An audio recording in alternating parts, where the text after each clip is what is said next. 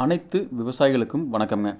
நீங்கள் விளைவிக்கிற விளைபொருளுக்கு உரிய விலை கிடைக்கணும்னா எங்கே கொண்டு போய் கொடுக்கணும், அந்த பொருளில் எப்படி நம்ம லாபம் சம்பாதிக்கிறது அப்படிங்கிற தகவலை இந்த வீடியோவில் நம்ம முழுசாக சொல்லிக்கிறேங்க.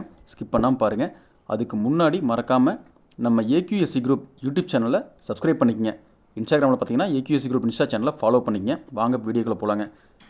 பெரும்பாலுங்க இன்றைக்கி விவசாயிகள் உற்பத்தி பண்ணுற பொருளை நம்ம தோட்டத்துக்குள்ளேயே விற்கிறதுக்கு தான் பார்க்குறமே தவிரங்க, அதை வெளியே எடுத்துக்கொண்டு விற்கிறதுக்கு யாருமே முன் வர்றது இல்லைங்க.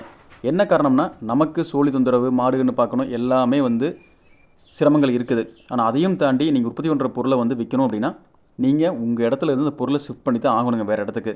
அது பக்கத்துலேயும் இருக்கலாம், தள்ளியும் இருக்கலாம். நீங்கள் எவ்வளோ தூரம் தள்ளி கொண்டாலுமே லாபங்கள் நிறையா இருக்குதுங்க. அதுக்கு முன்வாங்க. இன்றைக்கி ஒரு எக்ஸாம்பிள் சொல்கிறேங்க. நம்ம ஈரோடு மாவட்டத்தில் ஒரு விவசாயி பள்ளிப்பாளையத்திலிருந்து கொண்டு தேங்காய் கொண்டு விற்றுருக்காருங்க முடக்குறிச்சியில். அந்த முடக்குறிச்சி விற்றதுக்கு லோக்கலில் கேட்ட விலை பார்த்திங்கன்னா 60,000 ரூபாங்க. மொத்தம் 8,500 தேங்காய்ங்க. லோக்கலில் ஒரு வியாபாரி அவங்க கேட்ட விலை 60,000 ரூபாங்க. மட்டையோடு கேட்டிருக்கிறாங்க. இந்த விவசாயி எனக்கு ரொம்ப நாளாகவே ஃப்ரெண்டுங்க. அவங்க என்கிட்ட பேசிகிட்டு இருந்தாங்க. அப்போ நான் சொன்னேன், மாப்பிள்ளை இந்த மாதிரி இப்படி ஒரு வழி இருக்குது, அதுக்கு நீங்கள் கொண்டு போய் கொடுங்கன்னு. அவர் எனக்கு லீவ் இல்லைங்க, நான் லீவ் போட்டு போக முடியாதுங்க மாமா, லாஸ் ஆஃப் பேர்னுருங்க.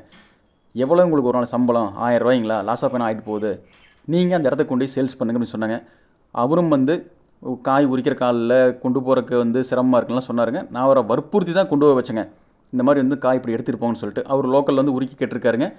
உரிக்கிற கூலி மட்டைக்கு சரியாக போச்சுங்க. ஒரு காய் உரிக்கிறதுக்கு பார்த்தீங்கன்னா கிட்டத்தட்ட ₹1.25, ₹1.30 வரைக்கும் கொடுத்து வைக்கிறாங்க. அந்த மட்டைக்கு சரியாக போச்சுங்க. அப்படியே எடுத்துக்கிட்டாங்க. அதே மாதிரி அந்த காய் 8,500 காய் ஒரு ஆட்டோவில் ஏற்றி கொண்டு அங்கே இறக்குறதுக்கு பார்த்தீங்கன்னா ₹2,500 செலவாயிருக்குதுங்க. அதுக்கப்புறம் அந்த கமிட்டிக்குள்ளே விற்கிறதுக்கு பார்த்தீங்கன்னா மொத்தம் ஒரு ₹1000 எக்ஸ்பென்ஸ் ஆகிருக்குதுங்க. காய் எடை போடுவாங்க, எடை போடுற கூலி அவங்களுக்கு எல்லாமே கொடுக்குறதுக்கு பார்த்தீங்கன்னா ஒரு ₹1000 சேர்த்து செலவு பண்ணிக்கிறாங்க. மொத்த செலவுங்க இந்த இடத்துல ஒரு 2,500 ப்ளஸ் ஒரு 1000, ₹3,500 செலவாயிருக்குதுங்க. அதுக்கு மேலே அவங்க அந்த இடத்துக்கு போகிறதுக்கு அந்த சம்பளத்தை விட்டு வந்தாங்க. அந்த சம்பளத்தை நீங்கள் ஒரு ₹2,000 போட்டால் கூட, 2 பேர் வந்திருந்தாங்க, 2 பேர்த்துக்கு நீங்கள் தலைக்கு 1,500 போட்டால் கூட ₹3,000.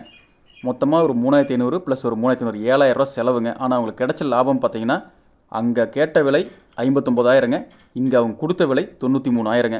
அதனால் இந்த வழி எல்லாம் பயன்படுத்திக்கிங்க. நீங்கள் தமிழ்நாட்டில் பார்த்தீங்கன்னா முடக்குறிச்சியில் கமிட்டி இருக்குங்க, எலுமாத்தூரில் இருக்குது, அவல்பூந்தரில் இருக்குது, இன்னும் இதர இடங்களில் இருக்குதுங்க. அது தனிப்பதிவாக நான் போடுறோங்க. இங்கே நீங்கள் விற்பனை செய்கிறதுக்கு போகிறதுக்கு முன்னாடிங்க காலையில் நேரமே 6-6:30 மணிக்கெலாம் கொண்டு போய் நீங்கள் லாட் நம்பர் வாங்கிக்கணும். காயை கொண்டு போய் இறக்கிட்டு வங்கி கணக்கு புத்தகம் மற்றும் உங்களுடைய ஆதார் அட்டை நகல் நீங்கள் கண்டிப்பாக கையில் எடுத்துகிட்டு போகணும். அப்போ தான் உங்களுக்கு அக்கௌண்ட்டுக்கு பணம் அனுப்புறதுக்குலாம் அவங்களுக்கு ஏதுவாக இருக்குங்க. இந்த தகவல் உங்களுக்கு பயனுள்ளதாக இருந்தால் லைக் பண்ணுங்கள், அதை ஷேர் பண்ணுங்கள். உங்களுக்கு மேலும் ஏதாவது தகவல் வேணும் இல்லை சந்தேகம் இருந்தால் கீழே கமெண்ட் பண்ணுங்கள். இல்லை இந்த சேனலில் நம்பர் கொடுத்துருக்கிற நம்பருக்கு கால் பண்ணுங்கள். அப்படின்னு நம்ம சேனலில் மெம்பராக ஜாயின் பண்ணிக்கங்க. நன்றி.